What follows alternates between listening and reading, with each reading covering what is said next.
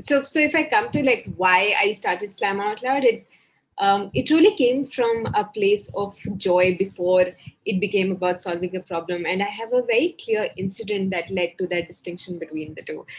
So I was teaching in this low income classroom, and I grew up with a lot of exposure to arts. So I learned music, I learned painting, I learned dance. And I felt like as a child, all these things were spaces where I, as a child, had a voice.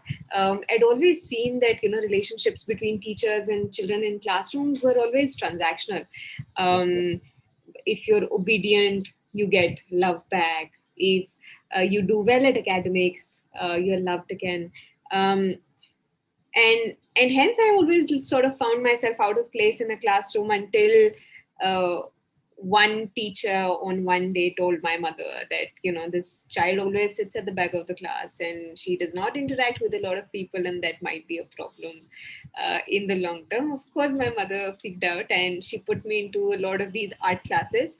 While the intention might not have been the best, but I'm really grateful that that happened to me, because I finally felt that I belonged in these spaces. So when I started teaching in a classroom, I saw that my children had no access to artistic opportunities, and I started bringing in a lot of art to my own classroom. So poetry, theater, we did a lot of music in my class, and I saw my children transform because of that. Pooja, who was a kid who would never raise her hand in the class, started asking questions to the point of driving me crazy. We had children like Nirmala, who had uh, always been at the back bench, always was getting into some kind of trouble, but discovered that she does fantastic hip hop dance. And through that, children started finding a sense of their own identity, a sense of their own success, knowing that they could be successful. And and I saw that element of joy play out in my own classroom because of that. However, that's not the reason why Slam Out Loud became an organization. It would have continued to be a passion project. This happened because I was one day in a classroom in Kashmir, and it was a low income classroom in the Bon Vivant school, which is in a conflict area. And I walked into that classroom to take a workshop on spoken word poetry. And I asked children to tell me what are some emotions they want to write a poem about. And I do this workshop all the time. I've done it hundreds of times now. And this is one of the first workshops I do with kids. So we everybody picks an emotion that they want to talk about, and then I take them through a structure to write a small poem on it.